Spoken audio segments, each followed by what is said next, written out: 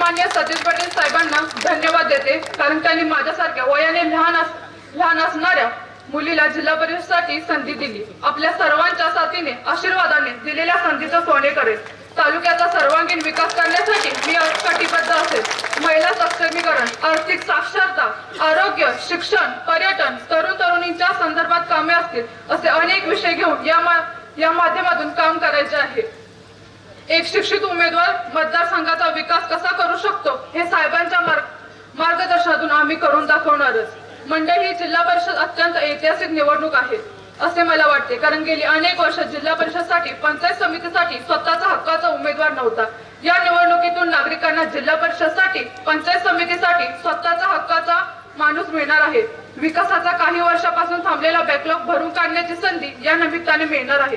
म्हणूनच यावेळी चांगला उमेदवार निवडून देणं ही आपल्या सर्वांची जबाबदारी आहे. माझे वडील माननीय विलास पाटील हे सामान्य कुटुंबातून आलेले आहेत. त्यांची सामाजिक तळमळ, शेतकऱ्यांबद्दलची, गरिबांची जाणीव, गोरगरिबांच्या अडचणी काय असतात हे त्यांना चांगले माहीत आहे आणि म्हणूनच प्रत्येक क्षण त्यांना सामान्य लोकांसाठी आहे.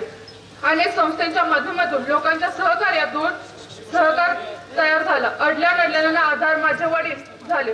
300-400 लोकांना रोजगार दिला. रुग्णवाहिकेपासून अगदी शेती विकासापर्यंत, गरजावंतांच्या मदतीपासून ते लोकांच्या आर्थिक विकासापर्यंत माझ्या वडिलांनी मदत झाली आहे. मदत ही रक्तात असावी लागते, संस्कारात असावी लागते, कृतीत असावी लागते. काहींच्या घरात 3-4 पिढ्या राजकारणात आहेत, पैसा आहे, पद आहे, संस्था आहेत. त्यांना हे सगळं करणं शक्य होतं, मग त्या ताकदीने का करता आले नाही. आता काही ज्येष्ठ माणसांनी आम्हाला आशीर्वाद द्यायला हवा, पण आमच्यावर टीका होत आहे. माझ्या वडिलांनी चांगलं पेरलं आहे, त्यामुळे उगवणारही चांगलं. समोरच्याने आपल्या माणसांची गर्दी त्याच प्रतीक आहे. समोर आपल्या माणसांची गर्दी हे त्याचं प्रतीक आहे. काही माणसं माईक दिसलं की बोलायला धावतात, असे ठराविक आहेत. वाईट प्रवृत्ती, 7-12 खरकडला, दुसऱ्या जीवावर मोठे झाले, असे काही शब्द असतात. त्या महाशयांनी फक्त सामान्य लोकांना विचारावं.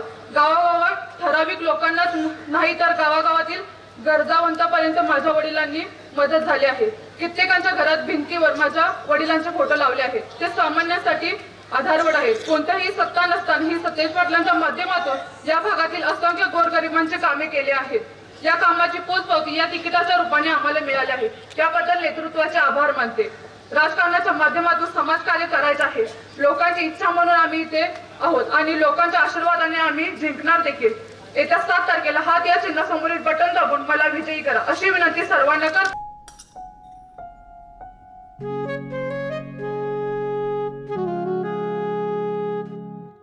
बाबा, आज येताना बासुंदी घेऊन या ना.